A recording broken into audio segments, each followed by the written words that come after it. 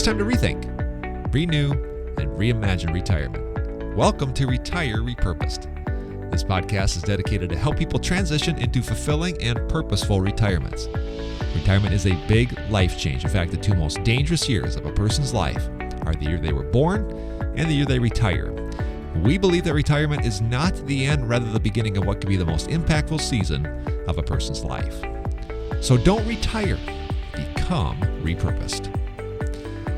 Well, I'm your host, Jared Sebest. I'm the co-founder of Retire Repurposed alongside Ben Tejas. Thank you so much for joining us today. Maybe you found us on the radio, maybe you found us online. Regardless, head over to iTunes, find our podcast, subscribe. Better yet, leave us a quick positive rating and review. If you just take a moment and do that, we would appreciate that so much. Now, this podcast is all about retirement, but it's not about money. It's about the non-financial parts of retirement, which many times can be even more challenging than the financial.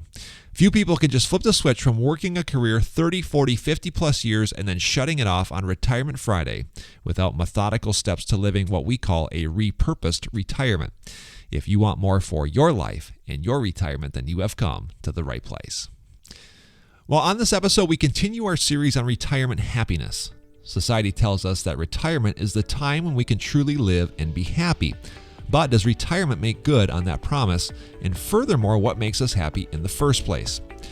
Well, today is part 2 of life's most important questions, which includes, where do I belong and what am I supposed to do? Oftentimes, your job effortlessly answers these questions, but what about during retirement? In this podcast, Ben talks about how these questions demand an answer at any age and the dangers retirement can bring when these questions are left unanswered with the removal of work from the life equation. Enjoy this episode. All right, everybody, welcome back to the show. We are so glad you're joining us. We are continuing this series on retirement happiness, and we are going to do part 2 of life's most important questions.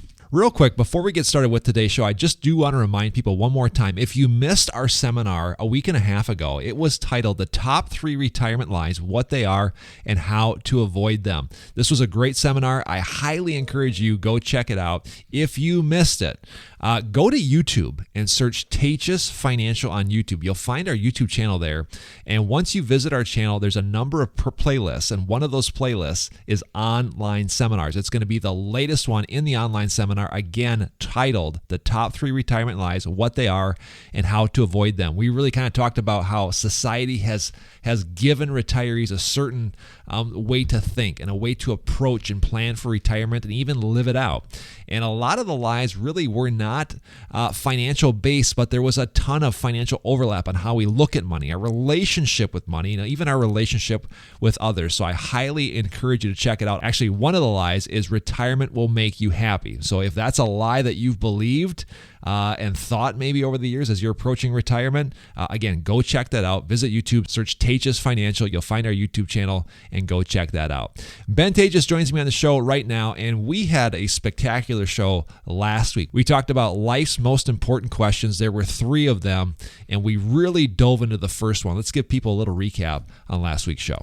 Yeah, the questions we're working through is who am I? And I think that one answers questions about identity. That's basically where we spent our show last week. The other 2 are where do I belong, which helps us look at our security, right? We got to belong. We're created to belong. And then the last one is what am I supposed to do and why am I here? And that's really questions about significance and purpose. So when we look at identity, one of the things I thought last week's show, I told a story about really how it's really hard to pretend to be somebody you're not. And so many times in life, Jared, we spend most of our life trying to be something that we're not. And life's hard enough, just being who you are and going through life. It's even that much harder when you're trying to be somebody that you're not. Yeah, one of the things I took away from last week's show is these questions, especially the identity piece. This isn't something that is answered, once. It's not something that just comes up when you're an adult. It's not just something that comes up when you're a retiree. It's really a question you're continually trying to find. And I think if we're honest with ourselves, we can all think back when we were trying to do something, be somebody that we weren't.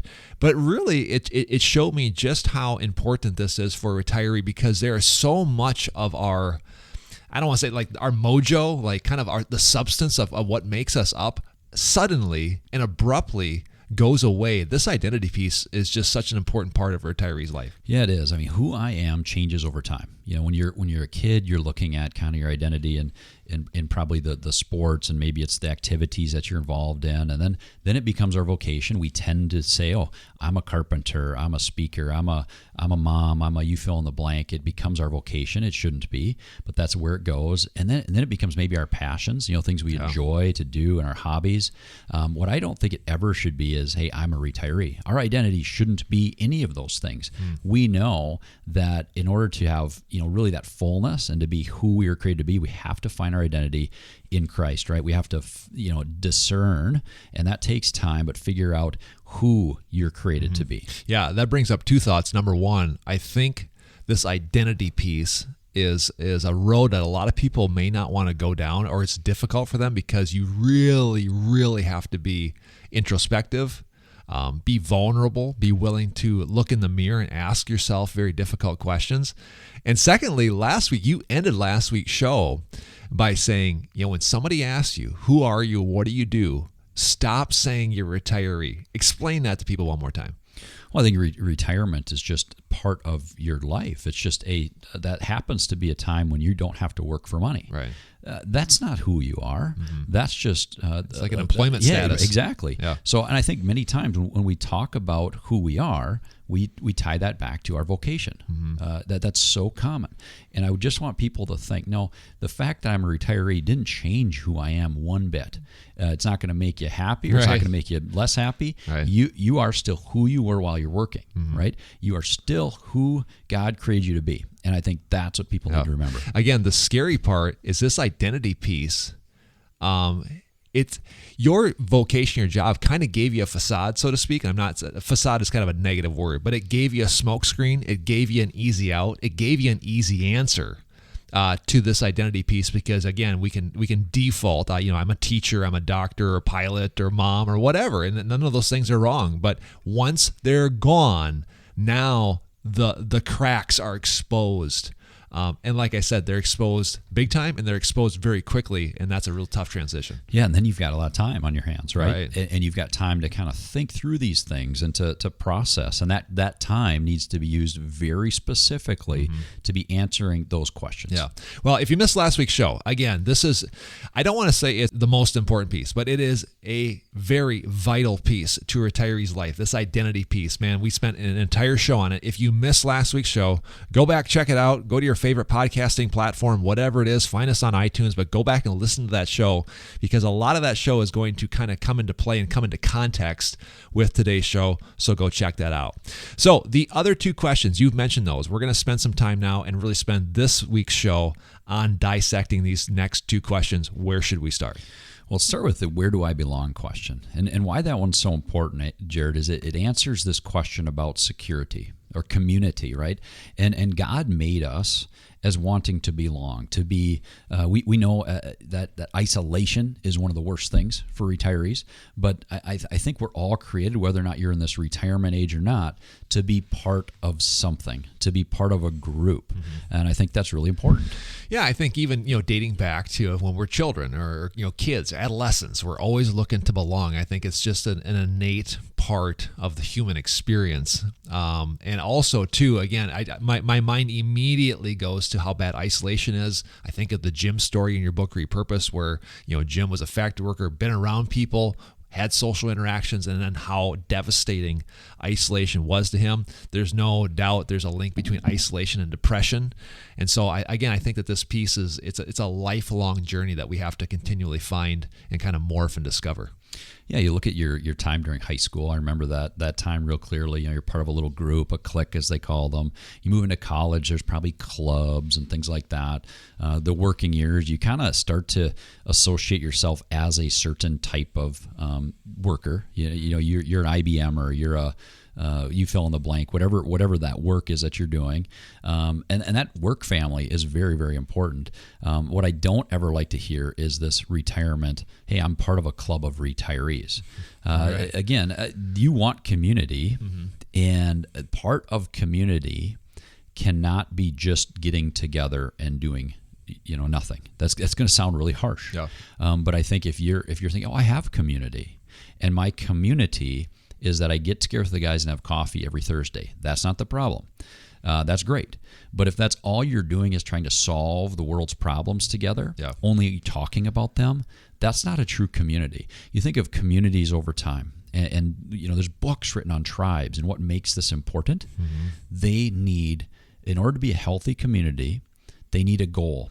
They're an objective, a project, whatever that might be. That's what made your work family so important. That work community, you are all working together to accomplish a common goal.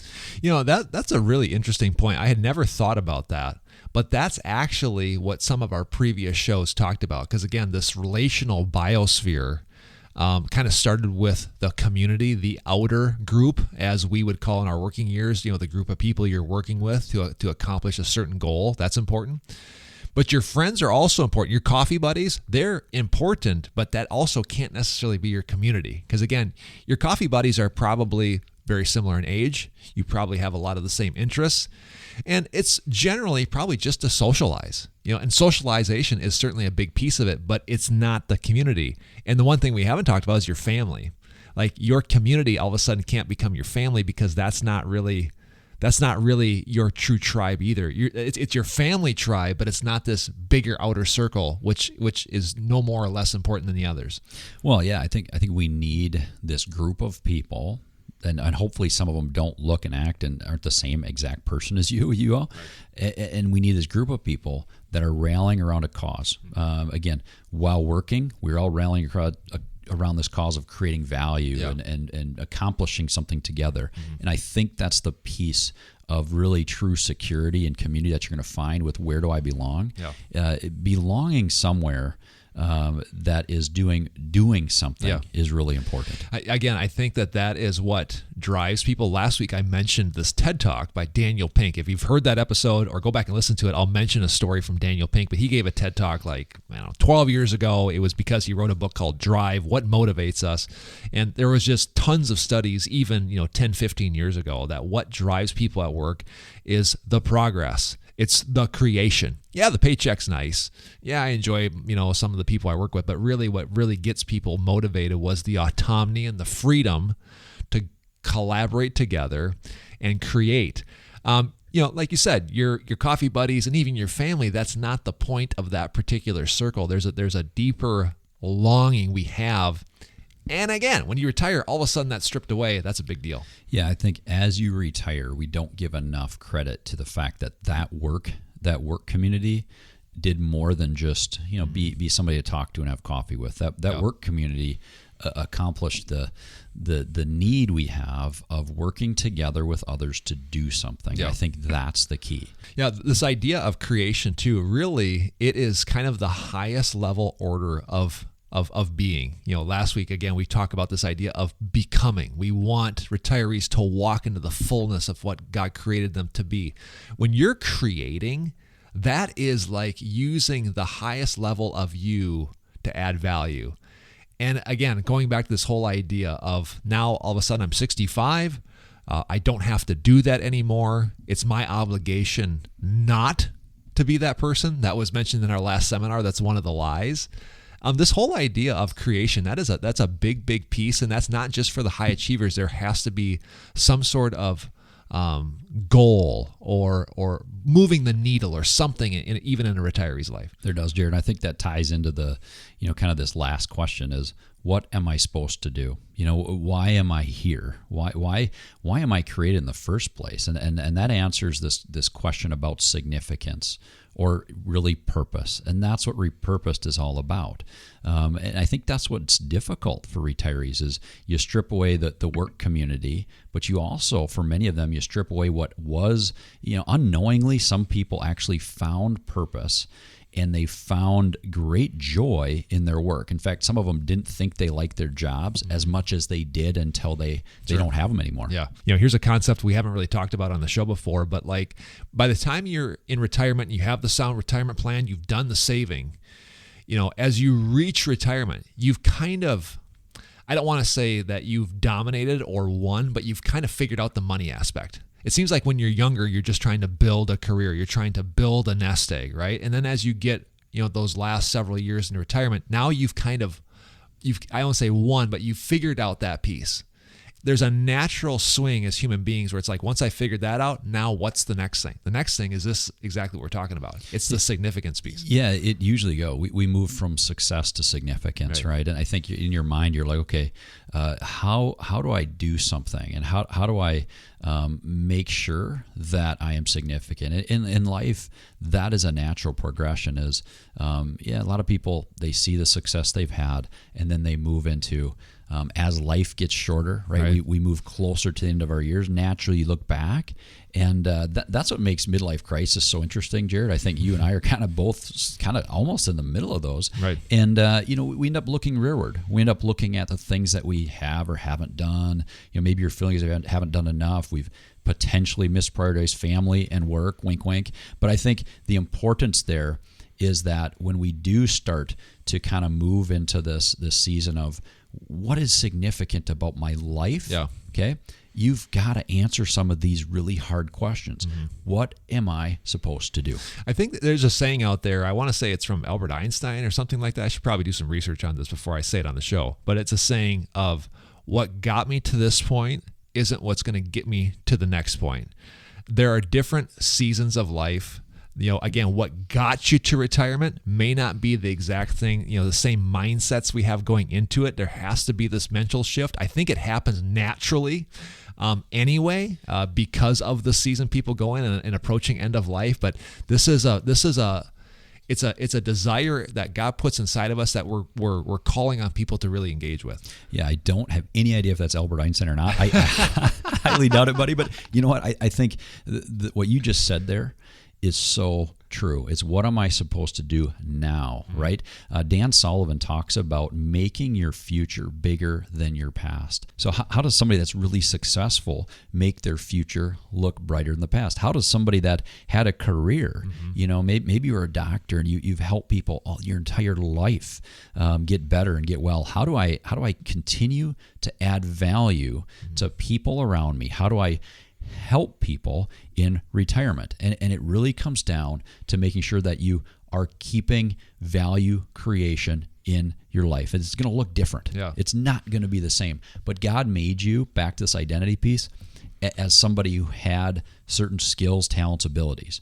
Just because you are retired and you're not working for an income anymore does not change who you are. Yeah.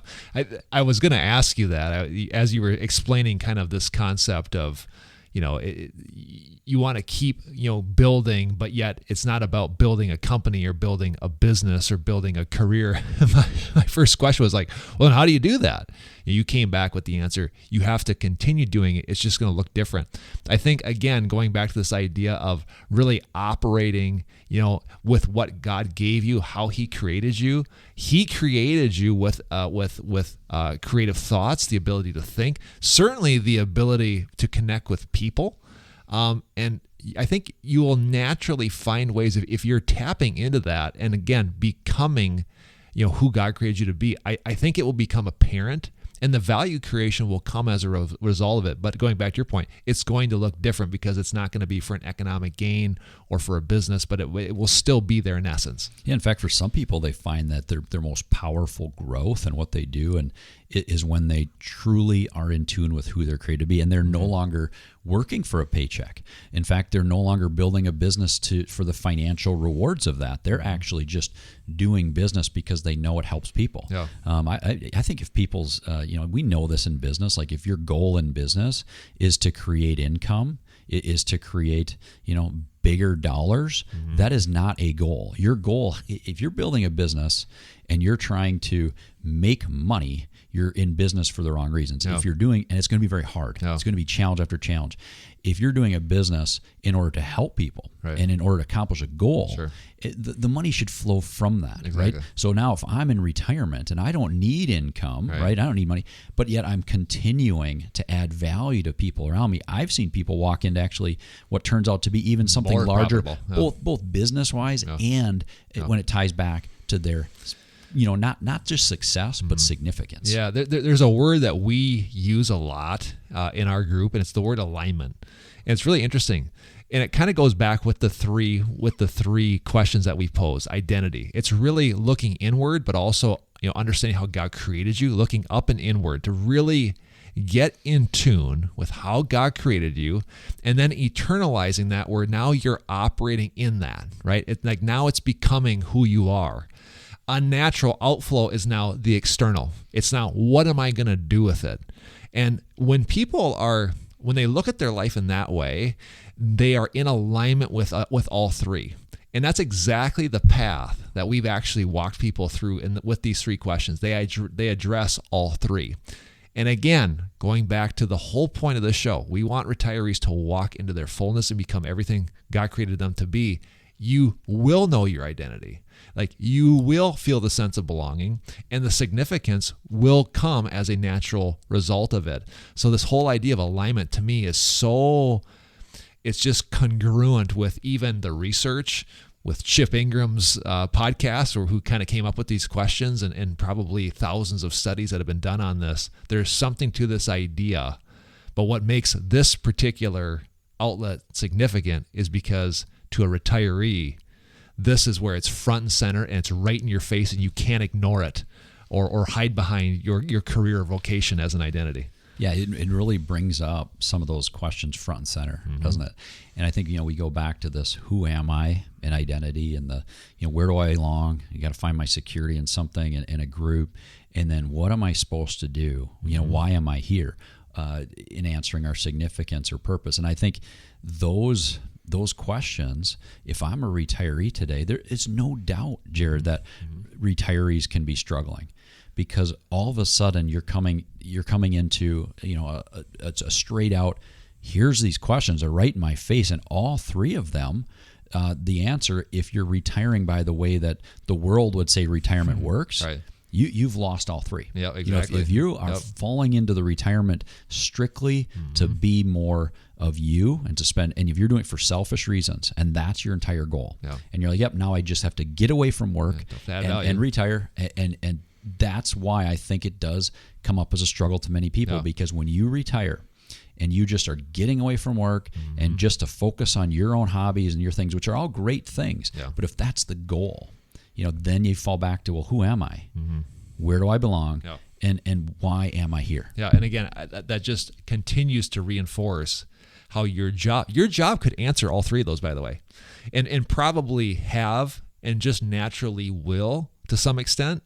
Because again, think about, who am I, where do I belong, and how do I provide value and significance? Your job can give you all three. And then, just like you said, it's immediately stripped away. And if you follow the lies, which we've talked about on the show many times and had seminars on it, you aren't going to naturally find answers for those questions. But the questions, and I think this is what people need to hear, they don't go away. And the byproduct of a retiree stepping into this phase of life without those questions answered is a loss, a sense of discontentment, a feeling like we're off just a little bit. And at the end of the day, the one thing we hate is you end up regretting stuff. You look back, you're like, there was something off about that period, and I didn't take full advantage of that time. Yeah, the only way to live life and not have regrets, right, is to do things. People don't regret what they did. They regret what they did not do. And if you are just kind of existing in retirement and you're just kind of letting the days come to you and you're not being intentional with having answered these questions, I think you're setting yourself up for someday looking back and saying, yeah, I could have done more. I could have been more involved in my community. I could have done more in my family. I could have done more in this world.